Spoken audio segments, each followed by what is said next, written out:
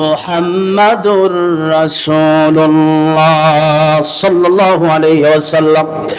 আমার নবী বলছেন, পৃথিবীর মানুষেরা, তোমার তিন ভাইকে কাকে আপন বানাবা? তোমার আত্মীয় স্বজন তোমার সাথে কবরে যাবে না, এমনকি তুমি যখন মারা যাবা।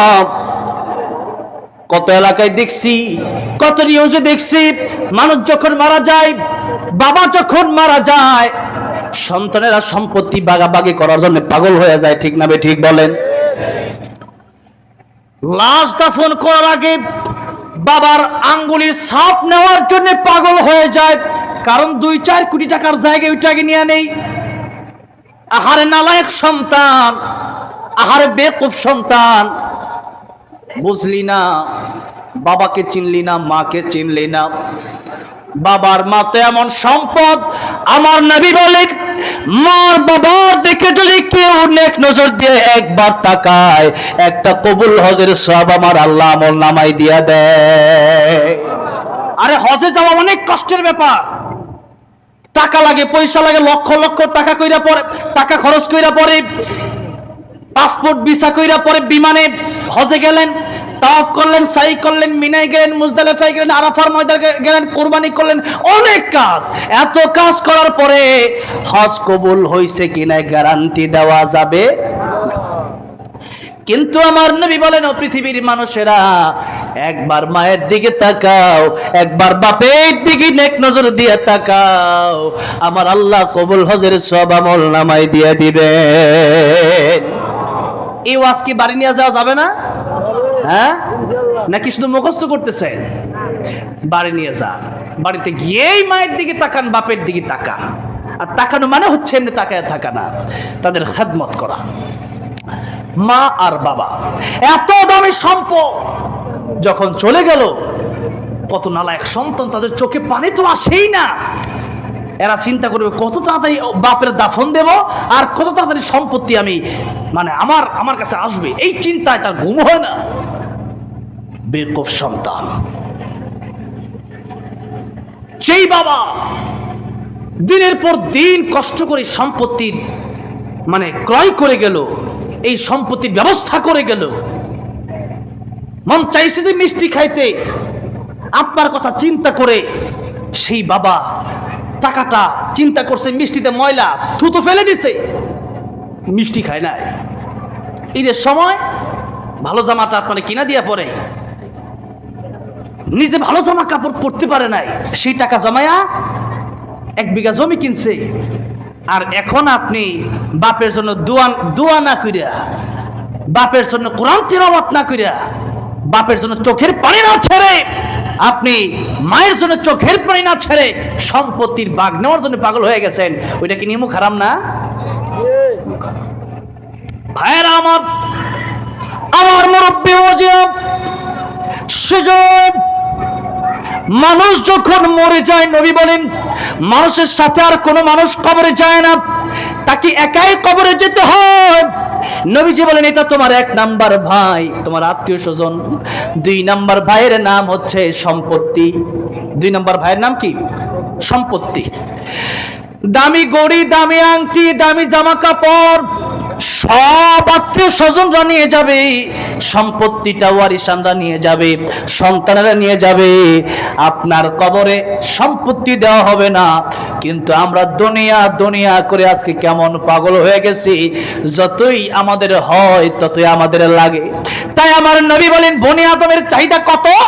বনি আদমের চাহিদা কত?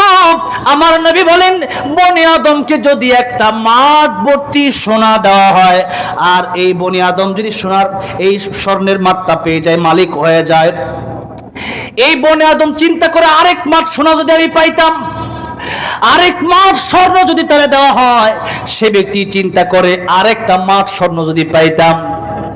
একটা পৃথিবী যদি কাউকে দিয়ে দেওয়া হয়, সে চিন্তা করে, আরেকটা পৃথিবী যদি আমি পাইতাম ভালো হইতো। যেমন ডোনাল্ড ট্রাম্প, যেমন কে?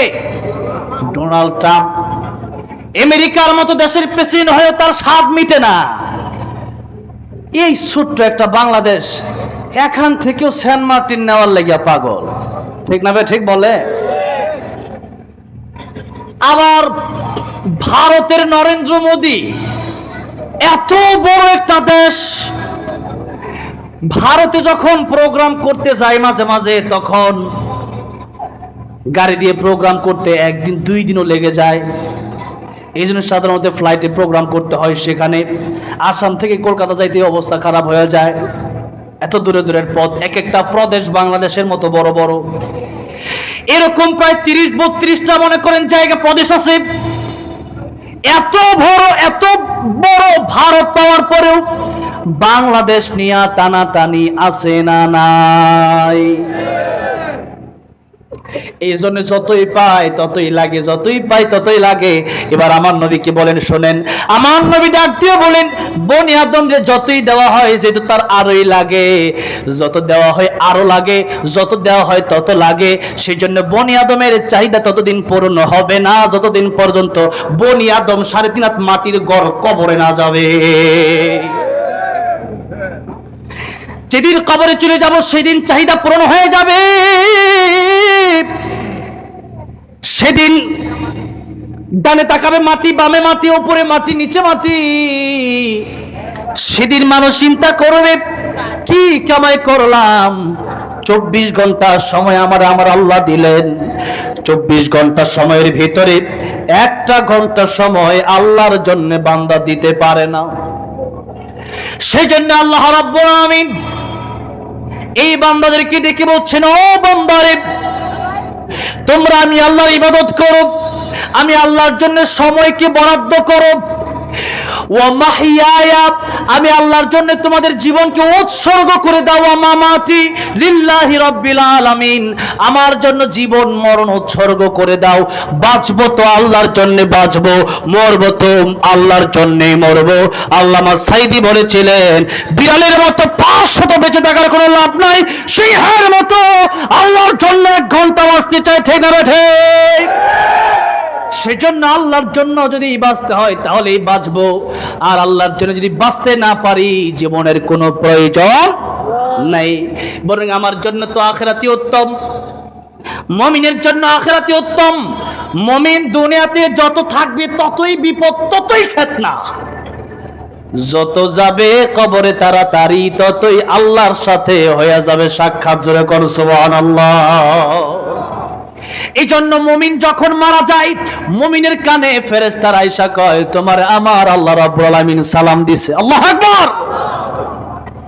যখন মুমিন শুনে আমার আল্লাহর সালাম, একদিকে জান কবজ হয়ে যায়, আর একদিকে আমার আল্লাহর সালাম, বেটা খুশিতে তার জান শেষ হয়ে যায়। কোন দিকে তার জান গেছে টের পায় না। আল্লাহু আকবার। আন্না ফরমান যদি হয়ে যায়, সে ব্যক্তির জন্য যখন কবজ করা হয়, সে ব্যক্তির জন্য কবজ করার সময় জানটা বের হতে চায় না, জানটা আখিরাতে যেতে চায় না। কারণ সে ব্যক্তি ভালো করে জানে, তার নফস ভালো করে জানে,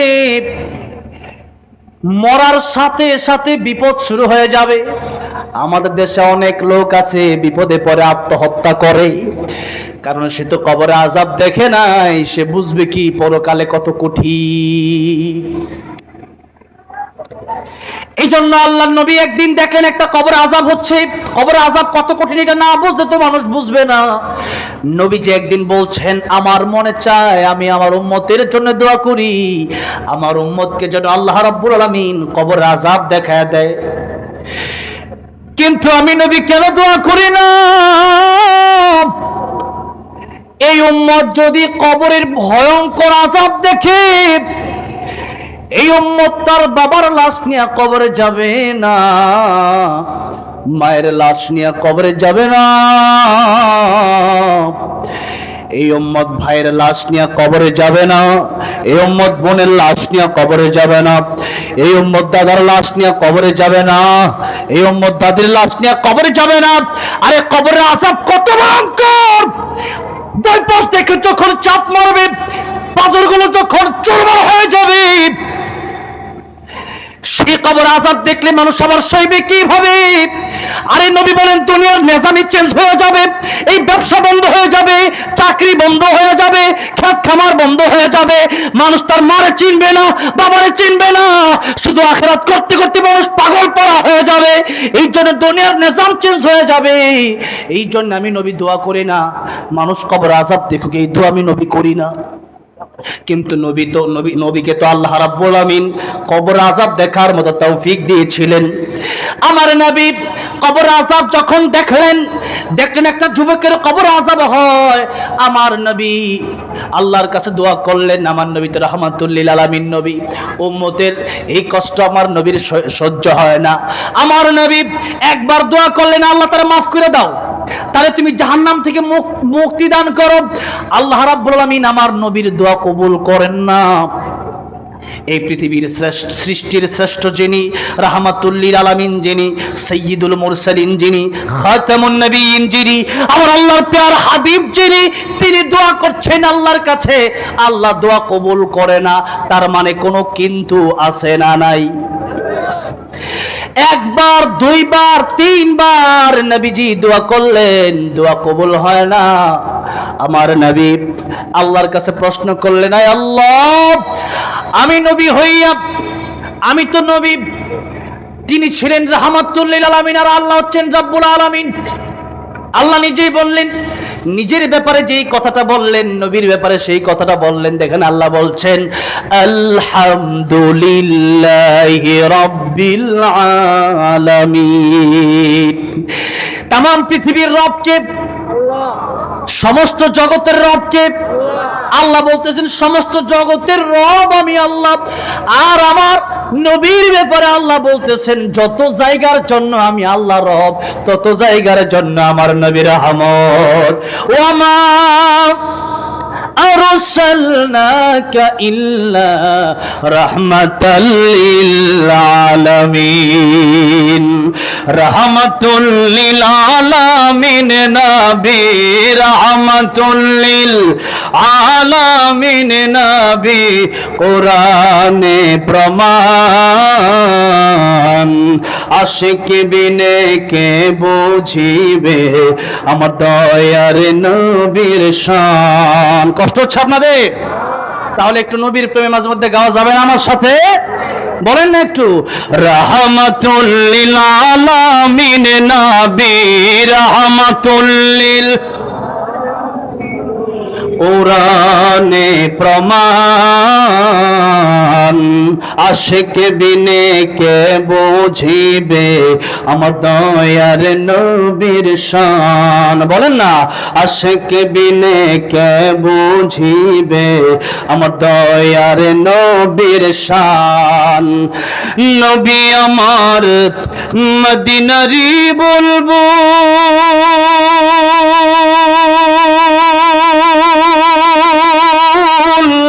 আমার আল্লাহ ভালোবেসে নামটি দিলেন মুহাম্মদ রাসূল। আল্লাহু আকবার। ওই নবীকে ভুল বুঝিলে, ওই নবীকে ভুল বুঝিলে থাকবে না ঈমান। আশিক বিনে কে বুঝিবে আমার দয়ার নবীর শান। বলেন না, আশিক বিনে কে বুঝিবে।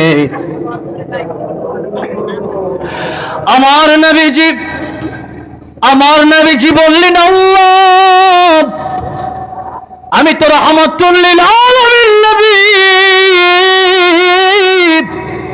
আমি দোয়া করি, তিনবার দোয়া করলাম, আমি তো একবার দোয়া করলে কবুল হয়ে যায়, আজকে তিনবার দোয়া করলাম, কেন কবুল হয় না? আমার আল্লাহ কয়, জিবরাইল আমার নবীর কাছে যাও, আমার নবীর কাছে গিয়ে বলবা আমার নবী কিয়ামত পর্যন্ত দোয়া করবে, আমি আল্লাহ এই দোয়া কবুল করব না। কারণ এই সম্পর্কে হক আমি আল্লাহর সাথে না, হক তার মায়ের সাথে। হক কার সাথে? হক তার মায়ের সাথে। সুতরাং মা যদি ক্ষমা করে আমি আল্লাহ ক্ষমা করে দেব, আর মা যদি ক্ষমা না করে আমি আল্লাহ ক্ষমা করব না। আমার নবী খোঁজ খবর নিয়ে দেখলেন তার মা বেঁচে আছে, তার মায়ের সাথে সাক্ষাৎ করলেন আর বললেন, এই কবরটা কার? মহিলা ডেকে বলল, ইয়া রাসূলুল্লাহ, ইয়া হাবিবাল্লাহ, এই কবরটা আমার সন্তানের কবর। আমার নবী ডেকে বলছেন, ও মহিলা, এই কবর আযাব হয়, এই কবর আযাব হয়, আমি রাহমাতুল লিল আলামিন বরদাস্ত করতে পারি না।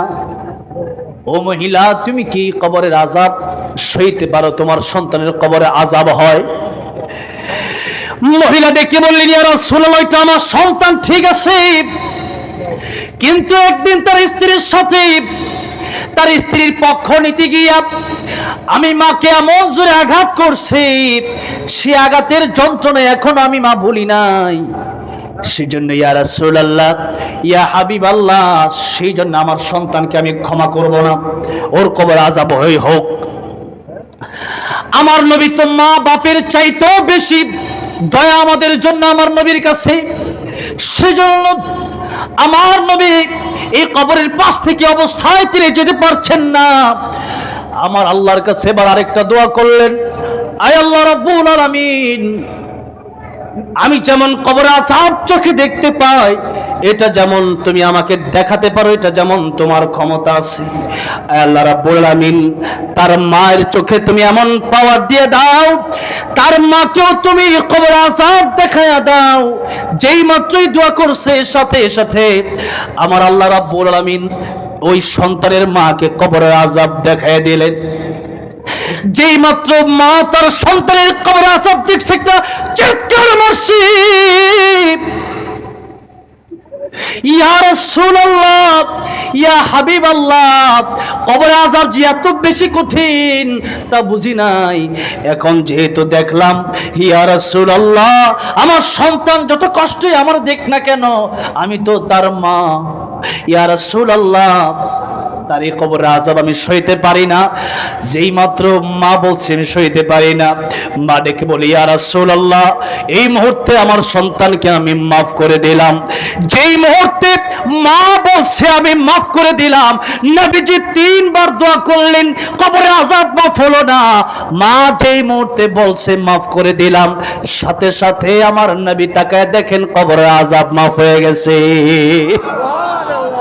মায়ের চোখে ঝরলে পানি, আল্লাহর রস কাইপা যায়, কান্দে না যেন মায়, কান্দে না যেন মায়। ঠিক কিনা বলেন? নবীজির কাছে জিজ্ঞাসা করা হলো, ইয়া রাসূলুল্লাহ, সবচেয়ে বেশি সুন্দর হক, সবচেয়ে বেশি উত্তম চরিত্র আমার কাছ থেকে কে পাবে? নবী বললেন, উম্মুকা, তোমার মা। ইয়া রাসূলুল্লাহ, পরে কে?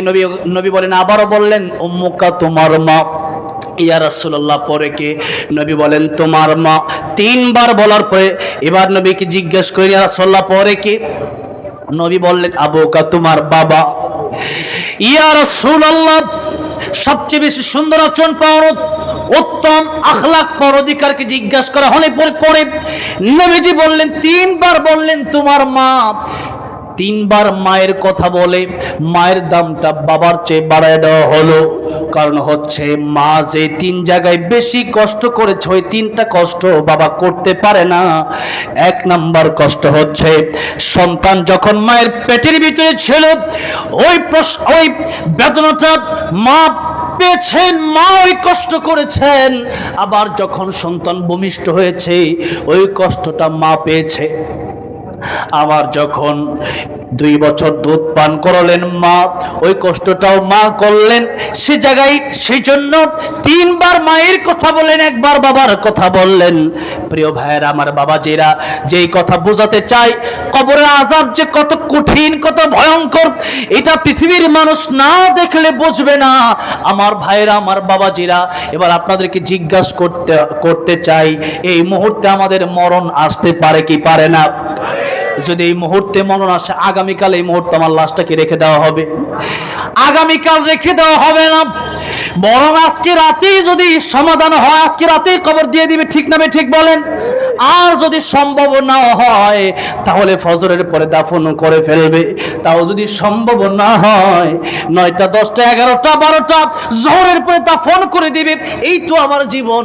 আমি আপনি মনে করি আখিরাত বহু দূরে, কিন্তু আখিরাত বহু দূরে না, এখন মরবেন। এখন আপনার নবী বলেন মান মাতা ফাকাদ কামাত কিয়ামাতুহু, এখন মরবেন, এখনই কিয়ামত শুরু হয়ে যাবে।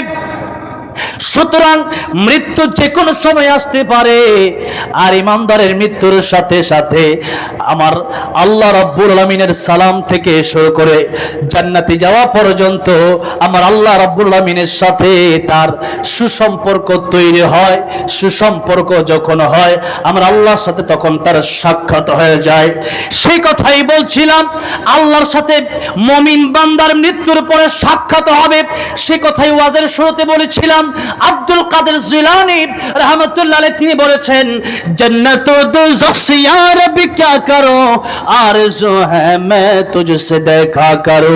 আয় আল্লাহ, জান্নাত জাহান্নাম দিয়ে আমি কি করব? আয় আল্লাহ, আমার বড় আশা আমি তোমার সাথে সাক্ষাৎ করব। আর এই সাক্ষাৎ, বান্দার সাক্ষাৎ আল্লাহর সাথে দুনিয়াতে হতে পারে না, বরং মানুষের আল্লাহর সাথে মানুষের সাক্ষাৎ হওয়ার জন্য একটা পর্দা আছে। ওই পর্দার নাম হলো মরণ। ওই পর্দার নাম কি জোরে বলেন? মরণ না হলে আল্লাহর সাথে দেখা করার কোনো সিস্টেম নাই। মরণ হলে পরে আল্লাহর সাথে দেখা করা সম্ভব। সেই জন্য ইমানদার যাত্রা 24 ঘন্টা মৃত্যুর প্রস্তুতি নিয়ে থাকে। আমার ভাইরা, আমার বাবাজিরা, আল্লাহর সাথে যখন মুমিন বান্দাদের সাথে জান্নাতে দেখা হয়ে যাবে, আমার আল্লাহ রাব্বুল আলামিন সূরা রহমান এই জান্নাতি বান্দাদেরকে জান্নাতের ভিতরে এরকম একটা কোরআনের মজলিস তৈরি করে, এরকম একটা জান্নাতি বাগান সাজিয়ে,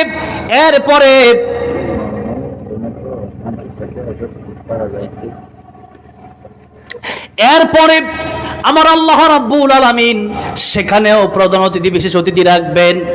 বিশেষ অতিথি যিনি থাকবেন তিনি দাউদ আলাইহিস সালাম।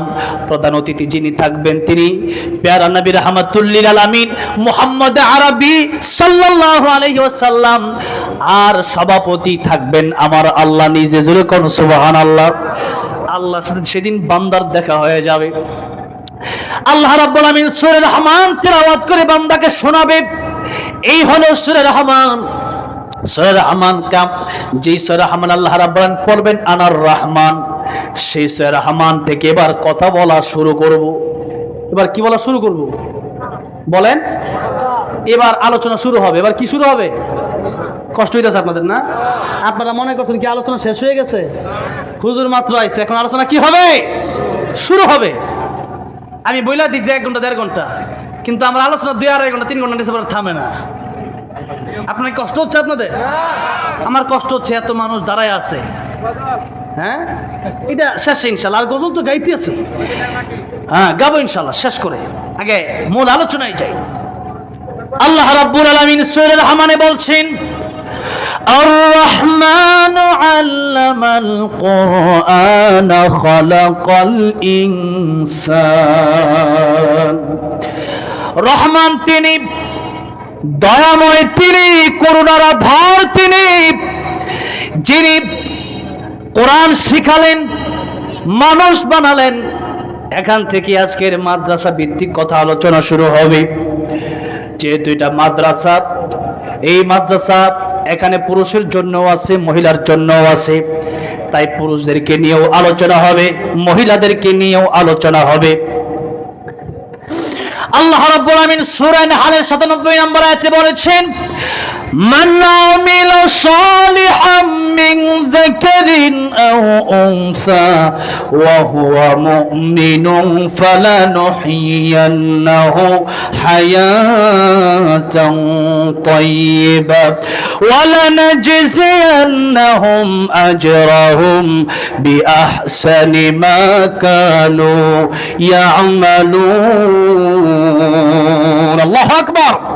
আল্লাহ রাব্বুল আলামিন বলেন, মান আমিলা সালিহা, যে ব্যক্তি নেক আমল করবে, ভালো কাজ করবে, মিন যাকারিন আও উনসা, চাই সে পুরুষ হোক অথবা নারী হোক, ওয়া হুয়া মুমিন, শর্ত হচ্ছে মুমিন হতে হবে, ইমানদার হতে হবে। ইমানদার হলে পরেই নেক আমলের দাম আছে, ইমানদার না নেক আমলের কোনো দাম নাই। এই জন্য ইমান আগে ঠিক করার দরকার আছে না নাই? আল্লাহরেও মানেন, দুর্গারেও মানেন, মসজিদেও আসেন, মন্দিরেও যান, মাহফিলেও আসেন, গানেও যান, যেমনে মন চাই ওইভাবেই চলেন, আপনার ইমান কিন্তু ঠিক হয় নাই। এই জন্য ইমান যদি ঠিক না করতে পারেন, ফাউন্ডেশন ঠিক না হলে উপরের তালায় কোনো কাজ হবে না, ঠিক না বেঠে? সেই জন্য আল্লাহ বলছেন ইমান ঠিক করো যদি মুমিন হও, আর যদি নেক আমল করো, আল্লাহ বলছেন পুরুষ হোক আর নারী হোক, আমি আল্লাহ সমান সমান সওয়াব তাদেরকে দিয়ে দেব। জোরে কোন সুবহানাল্লাহ। সওয়াবটা কিভাবে দেব, পুরস্কারটা কিভাবে দিব? দুনিয়াতে দিব একটা পুরস্কার, আর আখিরাতে দিব আরেকটা পুরস্কার, হলো দুইটা পুরস্কার। আল্লাহ রাব্বুল আমিন বলছেন দুনিয়াতে হায়াতান তাইয়্যিবা, তোমাদেরকে সুন্দর একটা জীবন, তোমাদেরকে আমি নেক হায়াত দান করব, হায়াতে তাইয়্যিবা দান করব, উত্তম জিন্দেগি তোমাদেরকে আমি আল্লাহ দিয়ে ধন্য করে দেব। জোরে কোন সুবহানাল্লাহ। আর কিয়ামতের ময়দানে জান্নাতের মেহমান তোমাদেরকে আমি বানাবো। সেই জন্য দুনিয়াতে শান্তি, পরকালে মুক্তি, শুধুমাত্র ঈমান আর নেক আমল, দুইটা কাজ। আল্লাহ বলছেন পুরুষ করলেও পাবে, নারী করলেও পাবে। তাহলে বলেন তো এবার আমাদের দেশে যেমন পুরুষ মাদ্রাসার দরকার আছে, তেমন মহিলা মাদ্রাসার দরকার আছে না নাই? ইবাদত শুধু পুরুষই করবে আর নারী করবে না, বিষয়টা এমন নয়। অথবা ইলম শুধু পুরুষ শিখবে আর নারী শিখবে না, বিষয়টা এরকম নয়। বরং ইবাদতের বেলায় আল্লাহ রাব্বুল আমিন সমান সমান দিলেন। এ কথা বললে আবার অনেক নাস্তিক্যবাদের প্রশ্ন তৈরি হতে পারে যে ইবাদতের বেলায় আল্লাহ সমান দিলেও দুনিয়ার বেলায় বুঝি আল্লাহ সমান দেয় নাই। এটা অনেকেই বোঝে না। কেন সমান দেয় নাই? তখন তারা বলে যে নারী পায় 1 ভাগ, পুরুষে পায় 2 ভাগ। কারণ 11টা বাজে মাত্র, 12টার আগে কি শেষ করে দেব? কমপক্ষে 12টা বাজুক, যেরকম, ঠিক না বেঠে? তাহলে আরেকটা ঘন্টার ভিতরে আমি 12টার আগেই সব কিছু ফিনিশিং দিয়ে দেবো ইনশাআল্লাহ, ঠিক আছে? 9:30টায় বসছি, কথা ছিল 1.5 ঘন্টা, কিন্তু আমি কথা দিলেও, বিশেষ করে আমি তো আপনাদের এলাকায়, এই এলাকায় তো আমি থাকি, নাকি বলেন? আমি তো এখানেই বাচ্চা, আমি স্কুলের পাশেই তো আমার মাদ্রাসা, আপনারা তো জানেন না অনেকেই। একটু চুপে চাপে থাকি, এরকম সারাদিন ঘোরাফেরা করি না তো। তা আমি আপনাদের এলাকার মানুষ, আমার প্রোগ্রাম থাকে সেই খাগড়াছড়ি, নীলফামারী, কুষ্টিয়া, সেখান থেকে রওনা দিয়ে আসতে আসতে পরের দিন সকাল। তাইলে এখান থেকে আমি মাদ্রাসা আমার বাসায় যাবো, বাসায় গেলে আমার লাগবে মাত্র 20 মিনিট। কয় মিনিট? 20 মিনিট। তাইলে কি এখানে তাড়াহুড়া করার কোনো দরকার আছে আমার? নাই। সেই জন্য আজকে একটু মন খুলে আলোচনা করতে চাই। আজকে যদি আপনি ফাঁকি দিয়া, অনেকের মা আছে, অনেকের বাবা আছে, কবরে চলে গেছে, ঠিক না ঠিক বলে? আপনি আসছেন মাহফিলে, আজ থেকে 10 বছর পরে এখানে আবার মাহফিল হতে পারে, আপনার সন্তান আসবে, আপনি হয়তো থাকবেন না। আপনি যদি আজকে চলে যান, মনে রাখবেন, মনে হয় এমনও হতে পারে যে আপনার সন্তান আপনাকে ফাঁকি দিয়ে চলে যাবে, ঠিক না ঠিক বলেন? সেই জন্য মাহফিলটা শেষ পর্যন্ত নিজের মার বাবার জন্য মোনাজাত করে, নিজের জন্য তওবা করে বাড়ি যেতে রাজি আছেন? কারাগার দুইটা হাত আলাদা উঠে দেখান তো। লিল্লাহি তাকবীর, লিল্লাহি তাকবীর। আল কোরআনের আলো, কোরআন সুন্নাহ যেখানে, হক্কানি আলেম যেখানে, বন্দ পীর যেখানে, শয়তান আছে যেখানে, নারে তাকবীর। হাত নামান, আল্লাহ কবুল করেন। জোরে জোরে বলেন আমিন। আমার ভাইরা, আমার বাবাজিরা, এই জন্য পুরুষের যেমন নেক আমল করতে হবে, নারীরও নেক আমল করতে হবে। এবার নাস্তিকরা আমাদেরকে প্রশ্ন করে, নারী পায় 1 ভাগ, পুরুষে পায় 2 ভাগ, কারণ কি? এবার নাস্তিক আমি আপনারে প্রশ্ন করি, ও নারীবাদীরা, আপনাদেরকে আমি প্রশ্ন করতে চাই, হিন্দুদের মেয়েদেরকে তাদের সম্পত্তির কয় ভাগ দেওয়া হয়? যারা জানেন জবাব দেন তো। 1 ভাগও দেওয়া হয় না, ঠিক না বে ঠিক? জোরে কর। তাহলে হিন্দুদের কি 1 ভাগও দেওয়া হয় না? তার মানে বোঝা গেল হিন্দুদেরকে এক ভাগও দেওয়া হয় না, নারীকে এক ভাগ দেয়, তাতে করে তোমাদের জ্বালা পোড়া। তার মানে বোঝা গেল তোমাদের জ্বালা পোড়া নারীদেরকে নিয়ে নয়, বরং তোমাদের জ্বালা পোড়া হচ্ছে ইসলাম আর কোরআন নিয়ে। সুতরাং যুক্তি দিয়ে আসলেও পারবা না, যুক্তি দিয়ে আসলেও পারবা না। এই জন্য আরেকটা কথা ভালো করে মনে রাখবেন, যেহেতু নাস্তিকরা, হিন্দুরা, মুসলমানরা অনেক সময় প্রশ্ন করে যে আপনারা কি দেন।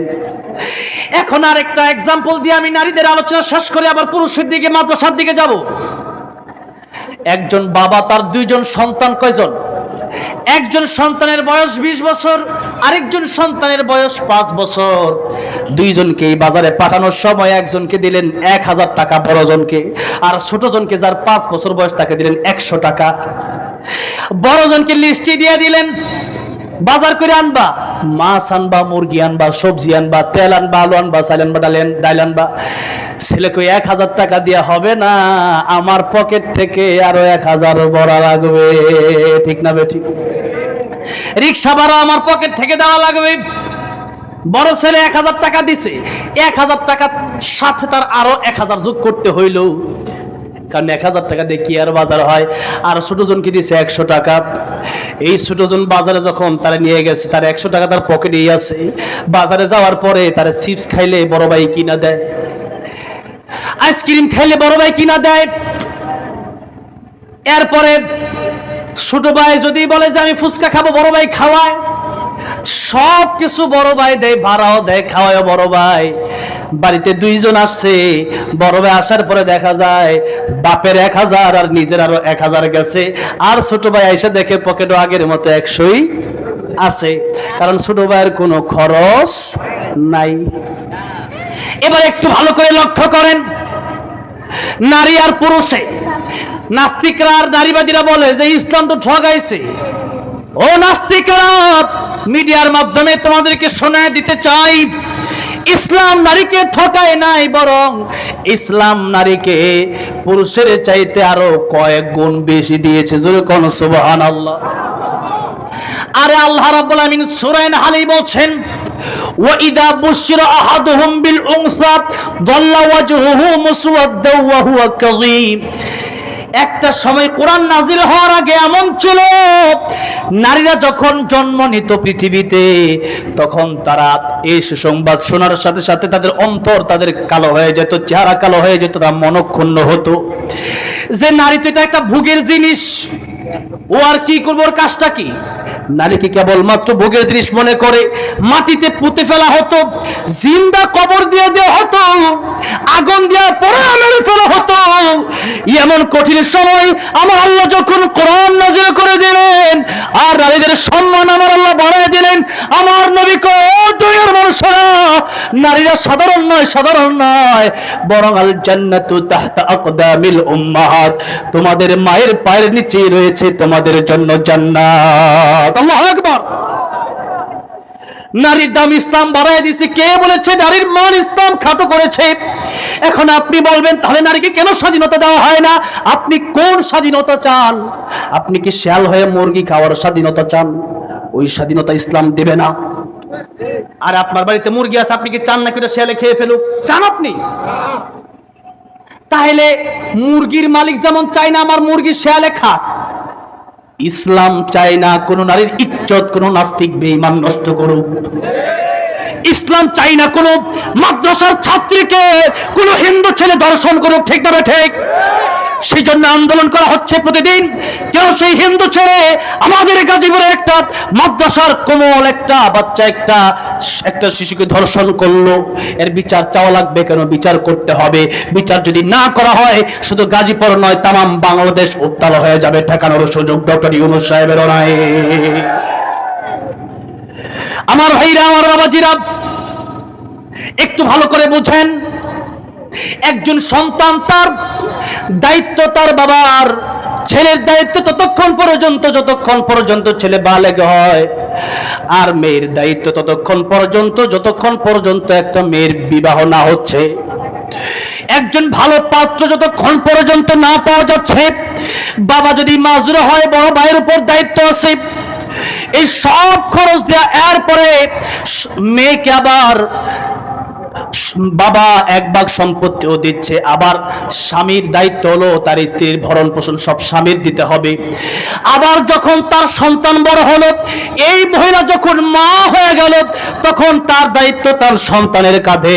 সুতরাং একজন মহিলা, একজন নারী, একজন মেয়ে 4 জনের কাছ থেকে পাচ্ছে। কয়জনের কাছ থেকে? একজন মেয়ে তার বাবার কাছ থেকেও পাচ্ছে, তার ভাইয়ের কাছ থেকেও পাচ্ছে, তার স্বামীর কাছ থেকেও পাচ্ছে, তার সন্তানের কাছ থেকেও পাচ্ছে। আর ছেলের দিক দিয়ে তাকান, দেখেন ছেলে যখন বালেগ হয়ে যায় তখন তার কাজ শুরু হয়ে যায়। কোথাও না কোথাও রিজিক অন্বেষণ করার জন্য তার ছুটি পড়া লাগে। সেই কষ্ট করে বাড়ির বাবা বৃদ্ধ হয়ে যায়, এই বোনের খাবারটা পর্যন্ত তার ভাই জোগাড় করে দেয়। এরপরে বিয়ের সময় যখন হয়ে যায়, এই বিয়ের সময় হয়ে গেলেও দেখা গেছে দেনমোহর দিতে বাধ্য থাকবে ছেলে না মেয়ে। ছেলে, মেয়ে যদি দেয়, জোর করে যদি নেয়, মেয়ের কাছ থেকে ওটা হবে যৌতুক। হালাল না হারাম? যৌতুক খাওয়া এমন হারাম, পায়খানা খাওয়া যেমন হারাম, যৌতুক খাওয়া এমন হারাম, শুকুরের গোশত খাওয়া যেমন হারাম, যৌতুক খাওয়া এমন হারাম, মদ খাওয়া যেমন হারাম। তাহলে আপনাকে যদি বলে আপনি বাথরুমের ময়লা খান, আপনি খাবেন নাকি? আপনি বলেন দুর্গন্ধ খাবো না। আরে ওইটার চেয়ে আরো বেশি দুর্গন্ধ যৌতুক খাওয়া। তাহলে আজকে থেকে নিয়ত কি করা যাবে না, নিজের ভাইকে যখন বিয়ে করাবো, নিজের সন্তানকে যখন বিয়ে করাবো, ও যুবকেরা নিজে যখন বিয়ে করবেন তখন যৌতুক মুক্ত বিয়ে করব, এমন নিয়ত বিয়ে করে না এমন যুবক কয়েকজনকে আমি দেখতে চাই। একটু হাত ওঠান। আল্লাহ আপনাদের জন্য নেককার একজন স্ত্রীর ব্যবস্থা করে দেন। জোরে বলেন আমিন। এত অবিবাহিত আল্লাহ। এখন ও যুবক ভাইয়েরা, যৌতুক যদি নেন শান্তি আসবে না, শুধু অশান্তি আর অশান্তি। ভাইয়েরা আমার, বাবাজিরা আমার, এক একটা নারীদের পক্ষ নিয়ে কথা বলতে গেলে গত 2-3 দিন আগে ঢাকা খিলক্ষেতে একটা মাহফিল, মহিলা মাদ্রাসার মাহফিল, দিনের বেলায় আলোচনা। সেখানে আমাকে বিষয় হুজুর মোহতামিম সাহেব দিয়ে দিলেন যে আপনি নারীদের, ইসলামে নারীদের মর্যাদা এবং অধিকার নিয়ে আলোচনা করবেন। সারা রাত যদি আলোচনা করি মনে হয় নারীদের পক্ষে আলোচনা শেষ হবে না। সুতরাং নারীদের পক্ষে অনেক কথা ইসলাম বলেছে, নারীদের সম্মান ইসলাম বাড়িয়ে দিছে। এবার পর্দার কথাটা বলেই আমি শেষ করে দেই। একটা চকলেটের খোসা আছে না নাই? বলেন তো চকলেটের খোসার কেন দরকার? যাতে করে চকলেটে কোনো ময়লা না লাগে। বাজারে এই সাইনবোর্ড এলাকায় বুট বাজার কলা পাওয়া যায় কি যায় না? বলেন, কলা পাওয়া যায় কি যায় না? কলা তো ভালো একটি ফল। আমাদের দেশে কলা হালি হিসাবে বিক্রি হয়, আর বাইরের দেশগুলোতে কলা কেজি হিসাবে বিক্রি হয়। কি হিসাবে? কলার অনেক দাম। আমি যখন কাতারে গেলাম সেখানে গিয়ে দেখতেছি কলা কেজি দরে বিক্রি হয়, কেজি হিসাবে। মনে করেন আবার মালদ্বীপ থেকে আসলাম কয়েকদিন আগে, সেখানে গিয়ে দেখি কাঁঠাল আছে না, কাঁঠাল আমাদের দেশ গাজীপুর তো কাঁঠালের জন্য, আমাদের দেশ তো গরু কাঁঠাল খায় না, ঠিক না? সেই কাঁঠাল দেখি মনে করেন 10-12 কুশ হবে, প্রায় 3 থেকে 4 হাজার টাকা। কত? বাংলাদেশ, যারা মালদ্বীপ গেছেন তারা জানে, মালদ্বীপে কয়েক কুশ কাঁঠালের দাম 3 থেকে 4 হাজার টাকা। আর আল্লাহ সেই নিয়ামত আমাদেরকে এমনি দিয়ে দিছে, আমরা মর্যাদা দিতে জানি না। মালয়েশিয়ার একটা ফল আছে, ওই ফলের নাম হলো ডুরিয়ান ফল। কি ফল? এইবার মালয়েশিয়া আমি গেছিলাম, যাওয়ার পরে সেখানে আমাকে ডুরিয়ান ফল খাওয়াইছে কয়েকজন। সেই ডুরিয়ান ফল খাওয়ার পর অনেক সময় ঘাম ছুটে যায়, এই ভয়ে মানুষ খেতে পারে না, অনেক দূর পর্যন্ত ঘাম ছুটে যায়। সেই ফল এত দামি ফল, মালয়েশিয়ার জাতীয় ফল সেই ফলটা, সেই ডুরিয়ান ফল। আমি এত ঘ্রাণ পাইলাম, এরপরে সুনামও শুনছি ফলের। আমি যখন খাইতে গেছি দেখা যায় কাঁঠালের মতো, উপর দিয়ে চোক্কা চোক্কার ভিতরে ফল 2-3টা কোষ থেকে কাঁঠালের মতো। আমি মোটামুটি মুখে 1 কোষ দিয়া চিন্তা করছি খাওয়ার আর কোনো অবস্থা নাই। বুঝছেন, খাইতে এত মানে ওইরকম স্বাদ না কি, কিন্তু দামি ফল। এই ফলটা যখন আমি মুখে দিলাম আর খাইতে পারলাম না। আমি বললাম আপনারা শেষ করেন। হুজুর আপনি খান। আমি কি, কেন? আপনারা খান।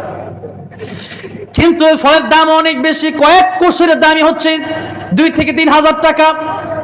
সেই ডুরিয়ান ফল যেই মাত্র দেখলাম আমার মনে হলো আরে আমাদের দেশে এত কাঁঠাল যে গরুও খায় না, আমাদের বাড়িতে অনেক, আমার বাড়িতে শ্রীপুর থানায় এত কাঁঠাল গাছ, খাবে কে?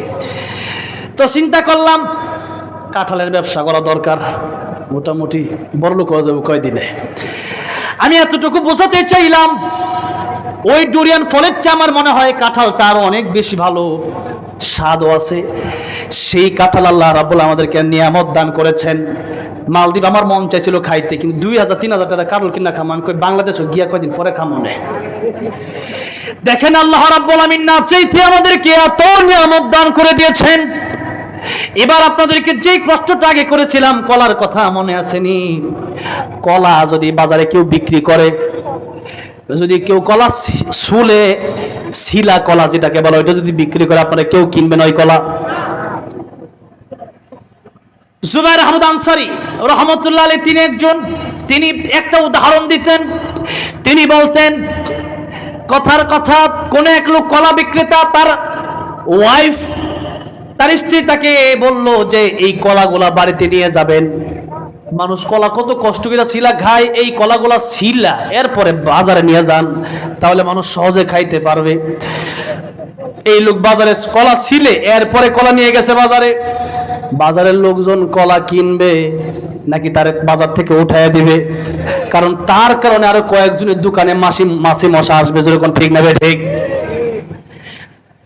এবার লোকটা গান গায়, কে আসো আমার কলার খরিদ্দার, কলার সাথে আছে 1 টাকা করে পুরস্কার, আমার সাথে আছে 100 কলা, 100 কলার সাথে 100 টাকাও পুরস্কার দিব, তাও এই বল লয়ে আর ঘুরতে পারবো না। রাস্তা দিয়ে একজন হেরে যাচ্ছে, সে চিন্তা করলো কলা তো খাওয়ার সিস্টেম নাই, কারণ কলা তো মশার মাছি খায় শেষ করে দিছে, ওই কলা খাওয়া যাবে না।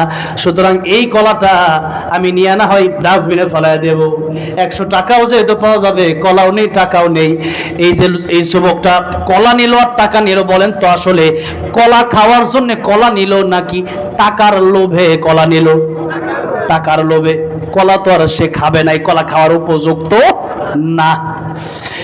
ঠিক তেমনি ভাবে ছোলা কলার যেমন দাম নাই, একটা 5 টাকার কলাতে যদি খোসা না থাকে, ওই কলা যদি মানুষ না কিনে, বরং সেই কলা দিতে হয়, আবার সাথে টাকাও দিতে হয়, কারণ ফেলারও জায়গা নাই।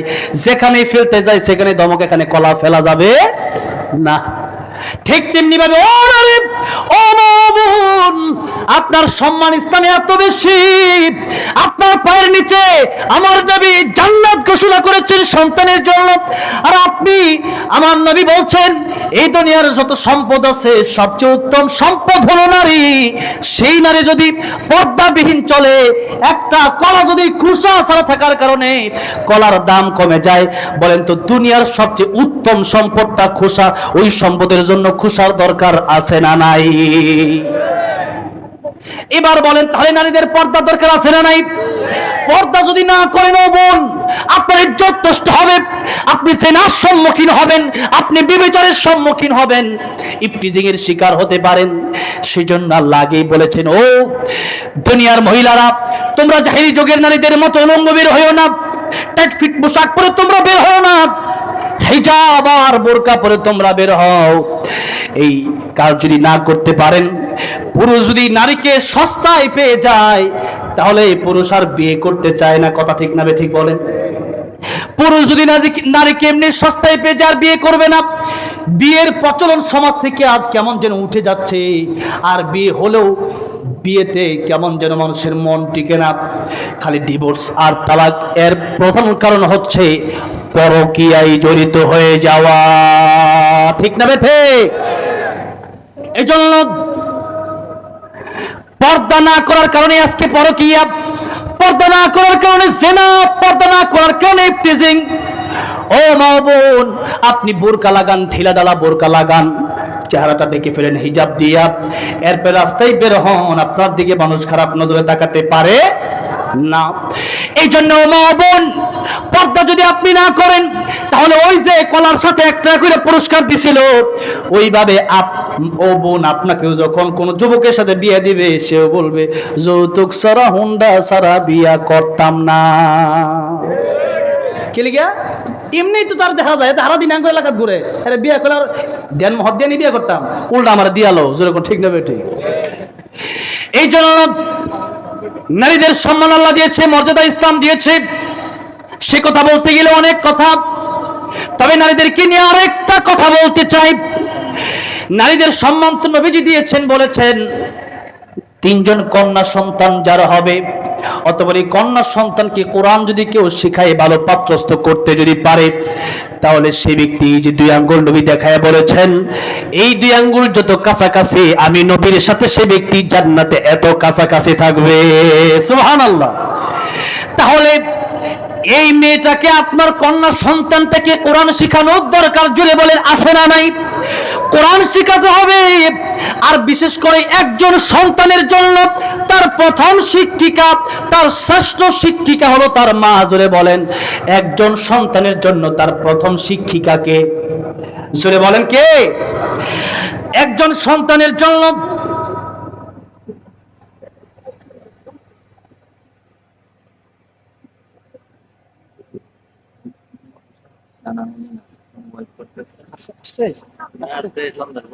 সুবহানাল্লাহ। আমি জানি না, আমার পরে যে বক্তা আছে আমি জানি না, আসলে 10 মিনিটের ভিতরে শেষ করে দেব ইনশাআল্লাহ। আমার ভাইরা, আমার বাবাজিরা, অবশ্যই অবশ্যই অবশ্যই তাহলে আমি তো মনে করি যে একজন ছেলের চাইতে একজন মেয়েকে আরো আগে কোরআন শিক্ষা দেওয়া দরকার।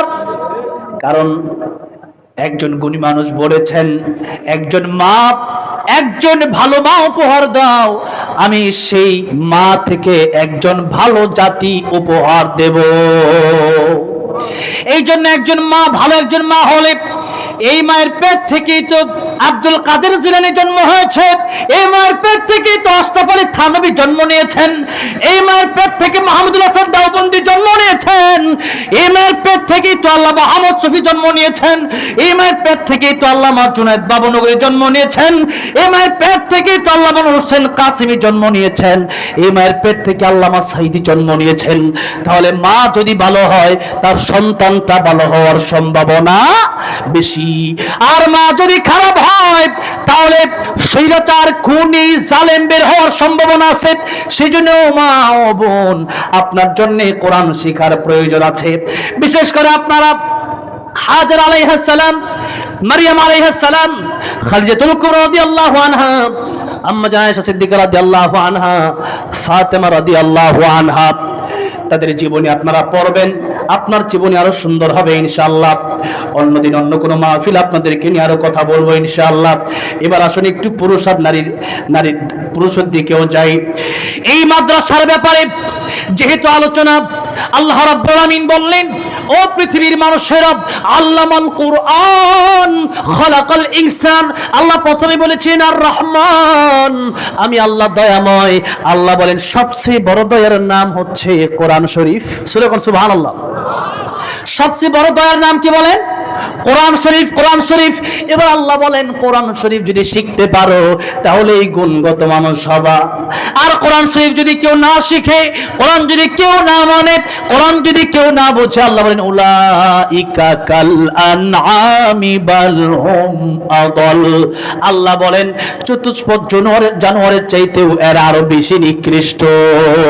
সেই জন্য এবার আসুন একটু সামনের দিকে যাই। কোরআন শিখলেই আসল মানুষ হওয়া যায়, কোরআন না শিখলে শুরুতে মানুষ হওয়া যায়, বিতর্গত মানুষ হওয়া যায়, গুণী মানুষ হওয়া যায় না। আমার ভাইরা, আমার বাবাজিরা, এবার আসুন কোরআন শিখলে কয়েক জায়গায় লাভ। দুনিয়াতে লাভ, 1 নাম্বার দুনিয়াতে লাভ। 2 নাম্বার কোরআন শিখলে পরে মৌতের সময় লাভ। 3 নাম্বার কোরআন শিখলে কবরে লাভ। 4 নাম্বার কোরআন শিখলে পরে আখিরাতে লাভ। দুনিয়ার কথাটা সংক্ষিপ্ত বলি, দুনিয়াতে কোরআন যদি কেউ শিখে, তার ভিতরে আল্লাহর ভয় ঢুকে। ইন্না আকরামাকুম ইনদাল্লাহি আতকাকুম। আমার আল্লাহর কাছে কালো আর ধলা দিয়ে সম্মানিত হওয়া যায় না। আমার আল্লাহর কাছে লম্বার খাটো দিয়ে সম্মানিত হওয়া যায় না। আমার আল্লাহর কাছে ধনী আর গরিব দিয়ে সম্মানিত হওয়া যায় না। সেজন্য আল্লাহ বলছেন, ইন্না আকরামাকুম ইনদাল্লাহি আতকাকুম। আমি আল্লাহর কাছে সম্মানিত হলে তাকওয়া লাগবে। আর তাকওয়ার শিক্ষা কেবলমাত্র কোরআনের শিক্ষা, তাকওয়ার শিক্ষা কেবলমাত্র মাদ্রাসার শিক্ষা। আমিরুল মুমিনিন ওমর রাদিয়াল্লাহু আনহু একদিন রাস্তা দিয়ে হেঁটে যাচ্ছেন, খুব ক্ষুধা লেগেছে। আমি 5 মিনিটের ভিতরেই কথা শেষ করে আমি এখান থেকে ফিনিশিং দিয়ে দেব, শুধু একটা মাত্র ঘটনা ভালো করে শোনেন। ওমর রাদিয়াল্লাহু আনহু যখন যাচ্ছেন, খুব ক্ষুধা লাগলো, একজন রাখালকে তিনি দেখলেন, রাখালকে ডেকে বললেন, আমার খুব ক্ষুধা পেয়েছে, একটু দুধ কি আমার দেওয়া যায়? তিনি বললেন, অনেক লম্বা ঘটনা, তিনি বললেন, আমি রাখাল, আমি মালিক নই। ওমর রাদিয়াল্লাহু আনহু বললেন, আমি কিছু টাকা দেই পরীক্ষা করার জন্য। আর পরীক্ষা শুরু করে দিলেন, আমি কিছু টাকা দেই, একটা ছাগল নয় বিক্রি করে দাও, তুমি মালিককে গিয়া বলবা তোমার ছাগল বাগে খেয়ে ফেলছে। রাখাল ডেকে বললেন, তখন তো আমিরুল মুমিনিন যেটা চিনে না, ডাক দিয়ে বলতেছিল, ও মুসাফির, এই দুনিয়ার মালিকের কাছে হয়তো জবাব দিয়ে পার পেয়ে যেতে পারি, কিন্তু কিয়ামতের ময়দানে আমার আল্লাহ রাব্বুল আলামিন যদি আমার জিজ্ঞাসা করে, ছাগল তো বাগে খায় নাই, তুমি বিক্রি করছো, আল্লাহ রাব্বুল আলামিনের কাছে আমি জবাব দিতে পারবো না, কোটি টাকা দিলে আমি ছাগল তোমার দেব না। আল্লাহু আকবার। এটা কিসের শিক্ষা বলেন? এটাই হলো কোরআনের শিক্ষা। যার ভিতরে আল্লাহর ভয় আছে, র‍্যাব লাগে না, পুলিশ লাগে না, সেনাবাহিনী লাগে না, বিডিআর লাগে না, বিজিবি লাগে না, কারণ হচ্ছে আল্লাহর ভয় যার ভিতরে আছে, সে ব্যক্তি সর্বক্ষণিক চিন্তা করে যে আমারে কেউ দেখে না, দেখে একজন, জবান খুলে বলেন তিনি কে। এই জন্য আলেমদের ভিতরে আল্লাহর এই ভয় সবচেয়ে বেশি। কার ভিতরে বেশি? আলেমদের ভিতরে সবচেয়ে বেশি। 2 নম্বরে, আলেম যদি কেউ হতে পারে দিনের জন্য, তাহলে তার মৃত্যুর সময় কালিমা নসিব হয়ে যায়, কবরে যাওয়ার পরে কবর জান্নাতের বাগান হয়ে যায়। আর কিয়ামতের ময়দানে আল্লাহ রাব্বুল আমিন শুধু তাকে না, বরং তাকে যারা সহযোগিতা করেছে, এই আলেম হয়েছে, যার টাকা পয়সা, যার চাউল, যার ডাউল খেয়ে, যার টাকা পয়সা দিয়ে বেতন নিয়ে আলেম হয়েছে, তাদেরকে ওই আলেমের কারণে কিয়ামতের ময়দানে আমার নবীজি বলেছেন, 1 গ্লাস পানি যদি কোনো আলেমকে কেউ পান করায়, কিয়ামতের ময়দানে 1 গ্লাস পানিও পান করানোর কারণে আল্লাহ রাব্বুল আলামিন আলেমের সাথে ওই 1 গ্লাস পানি পান করানোওয়ালা ব্যক্তিকে জান্নাতের মালিক বানিয়ে দিবেন। সেই জন্য আলোচনা আমার শেষ হয়ে গেছে, আজকে আর কথা লম্বা করতে পারবো না। আলেম হইলে দুনিয়াতেও লাভ, আলেম হইলে আত্মীয় স্বজনদেরও লাভ, সুন্দর সমাজ ব্যবস্থা হয়ে যায় আলেম হলে। আর কবর জগতের পর থেকে তো আলেমের জন্য স্পেশাল মর্যাদা থাকতেই থাকে। আর আলেম যদি কেউ নাও হতে পারে, নবী বলেন, কোন আলিমান আও মুতাআল্লিমান আও মুস্তামিআন আও মুহিব্বান ওয়ালা তাকুন খামিসান ফাতাহলিক। নবীজি বলেছেন, তোমরা আলেম হও, আলেম না হতে পারলে আলেমের ছাত্র হও। আর আলেমের ছাত্র যদি না হতে পারো, তাহলে আলেমদের কথাগুলো ভালো করে শোনো, মানব। তাও যদি একেবারে ভালো করে না পারো, তাহলে আলেমকে কমপক্ষে দিল দিয়া মহব্বত করো, আলেমদেরকে একটু সহযোগিতা করো। আপনাদেরকে আলোচনার শেষ মুহূর্তে একটু বলতে চাই, কোরআন শরীফ যেহেতু 30 পারা, এখানে কোরআনের তালিম দেওয়া হয়। নবীজি বলেছেন, ইদা মাতাল ইনসান ইনকাতা আনহু আমালুহু, মানুষ যখন মরে যায় তার 3টা কাজ বাকি থাকে, তার 3টা আমল বাকি থাকে। 1 নম্বরে তার সদকায়ে জারিয়া, যা দান করে আসছিল কোনো মসজিদ, মাদ্রাসায় অথবা সমাজ সেবায়। এই জন্য আজকের মাদ্রাসার জন্য 30 জন ব্যক্তি